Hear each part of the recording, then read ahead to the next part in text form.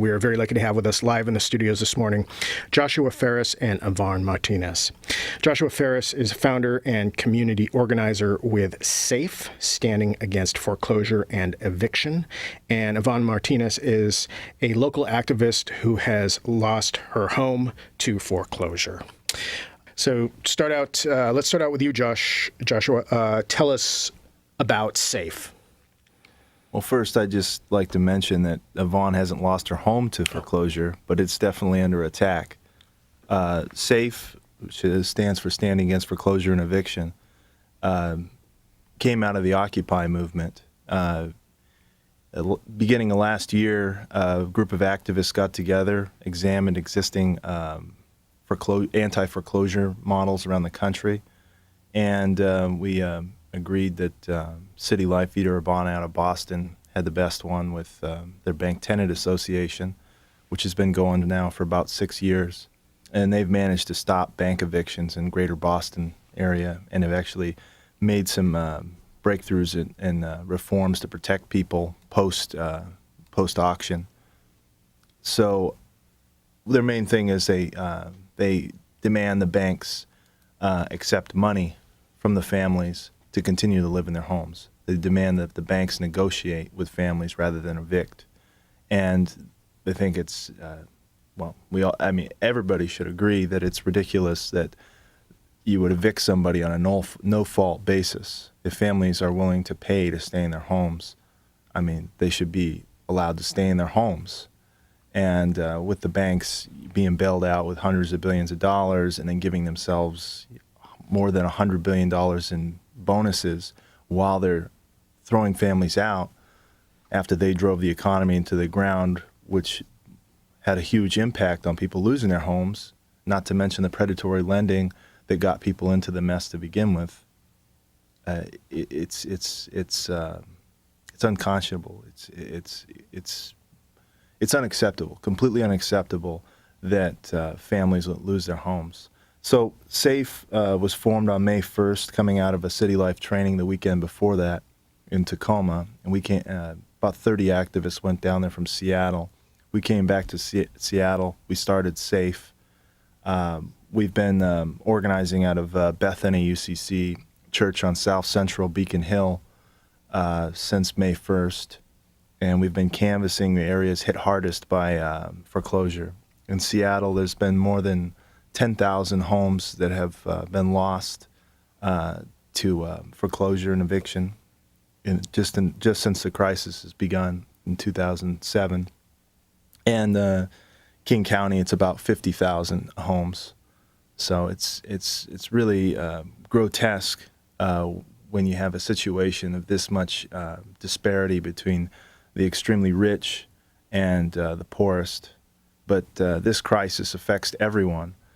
Through gentrification, blight, and destruction of our families, communities, and neighborhoods, and everybody's being affected by this. I believe about half of the city, people owning houses are underwater now, and so it's a crisis that affects everybody. So me as an organizer, I was drawn to this because I saw that this is a way that we can have a real impact, and I think it's the best thing that's come out of the Occupy movement. It's sprouting up across the country in many different cities. We're a part of several different networks, Home Defenders League, Right to the City, National Alliance, and there's other other national networks, Take Back the Land. We also value Take Back the Land's approach that housing is a human right. With more people sleeping on the street than there are empty houses, which are sitting there rotting, it seems clear that who can argue with housing being a human right? And this is being one of the most basic things that a society should provide for its people is shelter. And so, I feel very confident and easy, and it's easy to say that housing is a human right.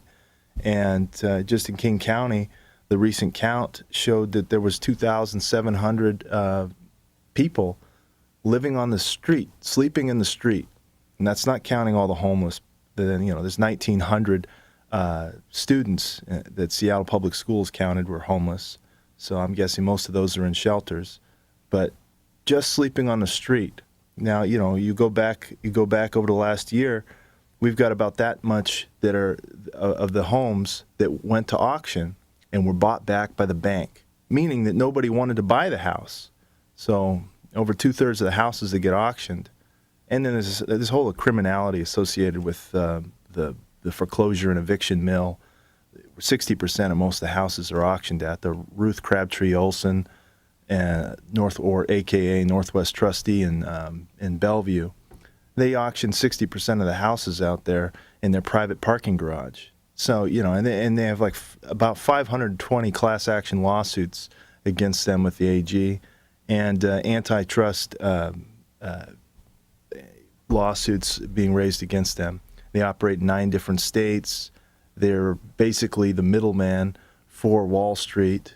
And these loss of the homes, this is the actual liquidation of our communities and the siphoning of wealth out of Washington State to Wall Street, and we're seeing it. I mean, the house is the largest store of wealth for a working class family. People invest their wages where they live. If they're normal and they have, they make less than $200,000 a year, you invest most of the money you make where you live. So people that make $40,000, $80,000 a year, that goes to where they buy their food, where they buy the products, where they pay for their shelter. And for people that own their houses, it was the store of their wealth, and we're seeing it all disappear. And we can't stand for this anymore. And that's where SAFE comes in. SAFE meets every Tuesday night at Bethany UCC and at 7 p.m. And our meetings have a liturgical quality to them, where it's sort of like an AA meeting. We tell people to leave their shame at the door.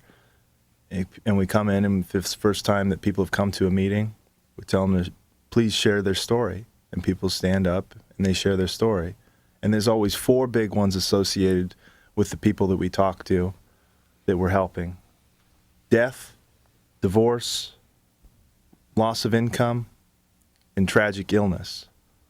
All the same stories. And then the banks, in their dealings with the banks, the same stories with people losing their homes. And it's tragic, and people have a hard time getting it out there because they're just so beaten down by this.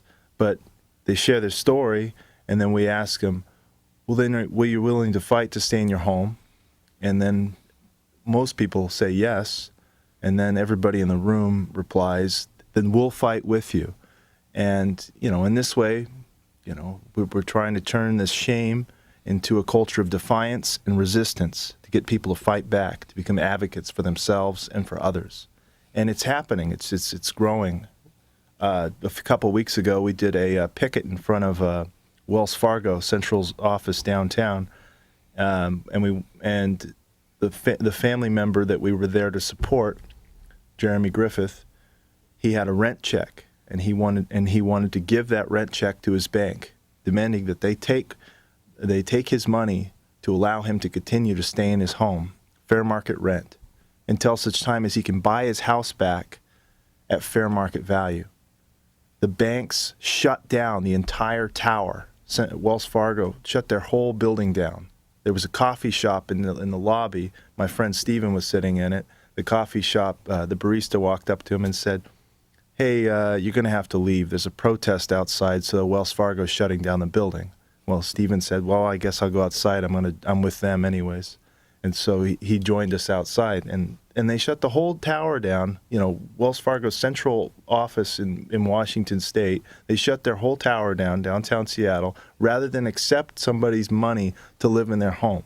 I mean, that's how grotesque, ridiculous, absurd this is. And so we're just here, basically saying, like, negotiate with the family. And the banks are so criminal, so ridiculous, so hostile to human interests that they would do things against their own interests rather than negotiate with families, afraid they would set a precedent that they would begin negotiating and helping families rather than maximizing profit. But it's even in this way, it's not even in the bank's interest, because they're letting these houses sit vacant and just basically and rot.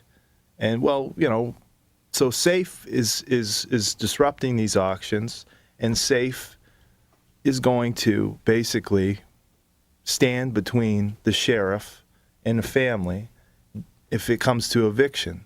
And that's what we'll do. We're going to bring the eviction blockade to Seattle. We met with Larry Gossett last week, and Larry said we are not going. He's the chairman of the King County Council, by the way, and the county has the authority to enact a moratorium. We met with him, and we said, we need to have a moratorium on this foreclosures and evictions. And this isn't unprecedented. During the Depression, 25 states declared a moratorium. It's a natural thing that we have to do to get into a situation of economic recovery. The books have to balance again. You don't just brutally throw people out. And then the banks here, which were bailed out, they were rewarded for their bad behavior. They're coming along and refusing to negotiate. So it's a situation where people have to take it to the streets, and we have to build a movement, which we're doing all across the nation with local action groups like our own, like SAFE. And anyways, with me today is Evonne Martinez, and she's one of many families that's fighting back. I think the biggest thing for us to overcome is self-eviction. That's our biggest problem. We're out there canvassing, doing targeted canvassing to the hundreds of homes that go to auction every month, and we're trying to get people. We're overwhelmed, really, but we're building up our capacity to meet the demands. And we talk to the families and say, don't move out. Fight back. Stay in your home. It's your home. And, these banks, homes are for families, not for banks, I think one of the things that's really difficult whenever you're in this situation is that you fight your own sense of self-shame about being in this situation, even though whatever it was that led to this was really out of your control. In our situation, it was my illness that precipitated all of this. I got severely ill in 2008 and couldn't work, had to leave my job right away. I couldn't, there was no, and I had been ill like this before, so I knew that my recovery was not going to be short. And so I left my job, and we were still able to make our payments for a year and a half after I lost my job until 2010, when our son had to have 2 brain surgeries in 1 year. And I think that, and we initiated a loan modification at that time in 2010. And, our story is the same. You ask any person who's been in the loan modification process, and their story is the same. They continually submit forms over and over and over, and the bank keeps saying, we didn't get them, so they deny your loan modification. So you're going through life trying to deal with whatever it is that has you in this situation, and you're having to, run this hamster wheel of bank process at the same time, just trying to save your home. In our situation, we've been in our home for 24 years, almost 25 years, and we paid religiously on our home payments for 22 of those years, 22 and a half of those years. So it's not like we have a short investment, and it really doesn't matter how long you've been in your home. Your home is your home, and you are. By the time I got to SAFE, I was as beat down as anybody else is in this particular situation, because you're constantly dealing with the banks telling you the same thing over and over, and it seems like no matter what you do, you just can't get them to listen to you. And so when I went to SAFE, I originally didn't even open the letter because when you're in the foreclosure situation, you get all kinds of letters from all kinds of, people that purportedly want to help you. And so I didn't even open the letter at first. I think that it was already getting close to the date of our auction before I opened the letter. And And by the time I even went to a SAFE meeting, I think it was our house had already been auctioned off. We had initiated our last loan modification in July or a review of our modification in July of 2012, and we did not receive an answer or reply to our loan modification through a HUD counselor this time until November 7th, late afternoon, and the auction was scheduled on November 9th, and they went ahead and scheduled the auction, even though that gave us less than the 5 days that we needed, that they say that we have to request a review or a mediation. They didn't even give us that time. They just sold the house, and it reverted back to the bank. So it's still in the bank's hands, and we're still in contact with the bank, still trying. I'm still pushing to try to get them to allow us to make our house payment. That's all I want. I want them to let us pay a lower house payment. That's all we've ever asked. We've never asked for them to give us our house for free. We've never asked them to let us live there for free. All we've ever asked is to be given a payment that we can pay until I can become healthy enough to work, and that we can get another income going. And the thing is that that's what all the families want. All the families that are in SAFE, that's all they want, is to be able to make their house payment and stay in their homes. They're not asking for anything free. And, the thing is like I was saying, that whenever I first went to SAFE, I couldn't even tell my story without crying all over the place, because I was buried under this deep cloak of shame, feeling like it was my responsibility why I was in this situation, even though I didn't get sick because I didn't, on purpose get sick. Our son didn't on purpose need a brain surgery. Those were things that happened. Those are life situations that happen. And things happen like that to everybody. And, but, the day that I started to throw off that cloak of shame was whenever the people from AIG said that they were going to sue the federal government because when the federal government bailed them out, they didn't put their value high enough so that their shareholders could get enough of a profit. And I thought to myself, where is your shame? Where is your shame? And then when Jamie Dimon, who is, the CEO of Chase, and Chase is the holder of our mortgage, gets up in front of Congress, because he loses, $6 billion of money. And he gets in front of Congress and he says, I'm sorry that I lost all that money. And they slap him on the hand and send him home and say, okay, now you get to make only $1 million a year instead of your $11 million a year. And he's not in prison for, losing $6 billion.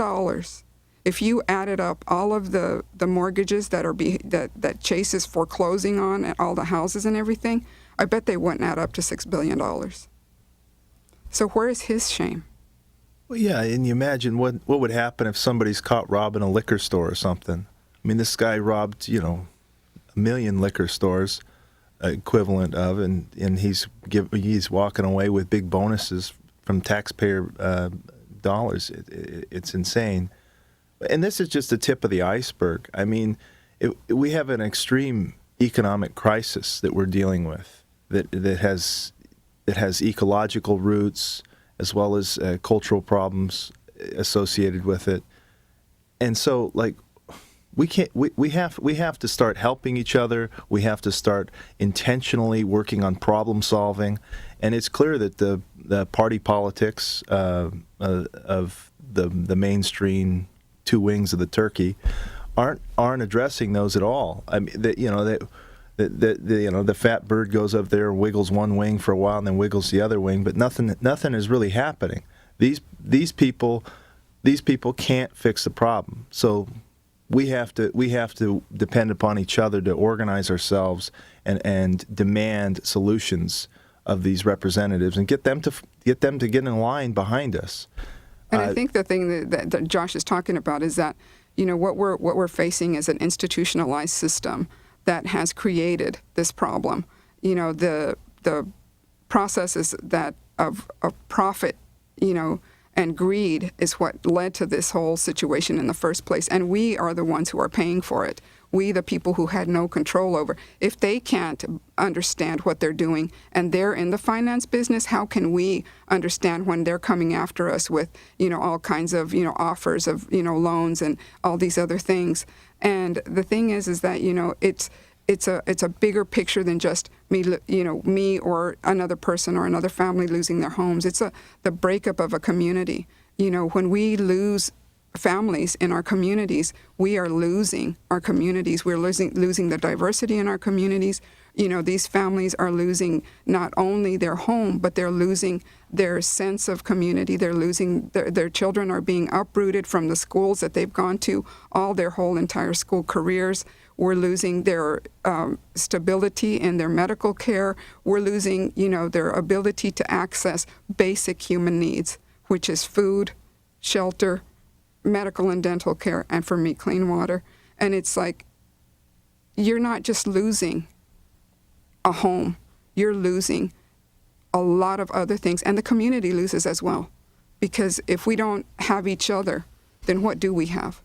And that's why, I put myself in this position of being speaking out about this, is because I see this as the bigger picture that it is, and the bigger loss that it is, because it is a huge loss to our communities. Yeah, and there's concrete things that the city can actually do to address this. SAFE is working on expanding, getting involved in the King County Committee to End Homelessness, and SAFE is working with these national networks. But I mean, right here in the city, there's actual real things that people can do. Our city council, for example, said almost a year and a half ago they would remove our city's money from Wall Street. It's in Wells Fargo's banks right now, and they haven't done that. They should do that immediately. They should take all of our city's money out of Wall Street and invest it locally. And one of the things they could invest it in is another thing that the city could do. The city could buy back these houses that are sitting there rotting in our neighborhoods, and they could turn those into low-income housing and immediately provide housing for people. And the city could fine the banks for every month that these houses sit empty, to discourage them from throwing families out, to encourage them to negotiate with the families. And the city can demand that the King County Council basically tell the Sheriff's Department to stop evicting families. So our representatives have real things that they could do right now to address this crisis, right here in Seattle, right here in King County, right here in Washington State. Meanwhile, these banks are down there in Washington State, and they're lobbying to make it even worse for us. And this is crazy. So we have to build a movement. That's what SAFE is doing. We meet every Tuesday at 7 p.m. And if you're in foreclosure, it's not your fault. Give us a call. Our number's 206-203-2125. That's 206-203-2125. You can check us out online. Our website is safeinseattle.org. That's safe, S-A-F-E, in Seattle.org. And, we're going to be here for the long haul. We believe housing's a human right, and I think together we can fight the banks. We can fight this awful crisis. We can come together, we can organize ourselves, and we can get through it, and we can be better for it. Just under 5 minutes left. So have you had any success stories since you began this? Well, every time a family seems to come to our meetings and sees other families that are dealing with the exact same problems, I personally immediately notice a real impact with the family that's dealing with this. I mean, our goal is to empower community leadership to combat this crisis. That's what SAFE does. We're in the business of empowerment. We don't accept any money. We get people to free legal support, and we organize direct actions against the banks to pressure them to negotiate with families. We've only been active for a little over 8 months, and I believe at least 6 families now are still in their homes with the very minimal amount of direct action. Now we haven't outright won a case, but we've actually stopped evictions by just simply going in there as a group of people standing in solidarity with a representative of a family who has a letter, a demand letter, and they go to the bank and they say, "Here, take this." They say you're talking the wrong department. The family says, "No, this is my bank, and you can get it to the right department." And they demand bank tenancy, or they demand the banks negotiate, and the banks suddenly talk to Ruth Crabtree Olson, aka Northwest trustee, over there in Bellevue. They say they talk to the family, immediately get back to them and say, "Oh, your eviction's been canceled. Oh, your auction's been canceled. Yes, of course we're willing to negotiate." And we've seen this at least 6 times with families, and so we haven't even actually gotten to the point where the banks are willing to test us with an eviction. They immediately seem to feign to negotiate, but I'm not going to put my faith in that. I feel that we have to stick with it. We got to keep building, and when it comes to a point when the banks want to move on the families, when they think that we're not paying attention anymore, we'll still be there and we'll be stronger, and we'll put a stop to it with an eviction blockade. They have got to negotiate with families, and SAFE is going to keep building, and SAFE is going to keep demanding that they negotiate with families, and they're held accountable for their bad behavior, and that their representatives represent us, and that we build an economic system that serves our interests, not insane corporate interests for quarterly profits at the detriment of our society and the future and our posterity. And so we're going to be there, and we're going to keep fighting. So just under 2 minutes left. What, for people who are not facing foreclosure, how can they support SAFE? Well, I'm not facing foreclosure. I don't even own a house. Laid off electrical worker, and I've been organizing and volunteering all over full time over the last year. And it's been incredibly fulfilling. Volunteer, become an organizer, get involved. Get to know the people. Get to know the people who are in this position, and start to see that there's compassion. Start having some compassion for the families who are facing this, and get involved in supporting them and providing them some support, and start to learn what's really happening and what's behind it. Martin Luther King said something about, throwing a coin at a beggar or addressing the actual problem that's causing the situation of there being beggars to begin with. Well, if you don't have the time and you're working full time, contribute in whatever way you can. At least stay informed. Contact us. We'll put us on. We'll put you on our newsletter. We'll let you know what's going on with the movement. But pay attention, and this crisis is real. I talked to 2 of our most progressive representatives, Larry Gossett and Licata, at the city level, and neither one of them knew what RCO, Ruth Crabtree Olson, was. They didn't know that there was this criminal foreclosure mill in Bellevue that's liquidating our city's assets. People aren't paying attention. Figure out what's going on. Talk to your neighbors. Get to know your neighbors. Don't just wait until they're gone one day and the house is sitting empty. Ask questions. Why is your neighbor no longer there? Who in your community is losing their house? Start talking to your neighbors immediately. Find out what's going on around you. That's the bare minimal thing that people should be doing. But I hope that people will get directly involved in the movement. When we have pickets down at the bank, it's a lot of fun, and it doesn't take much to hold a sign and get your voice out there. So any way you can get involved, please. All right.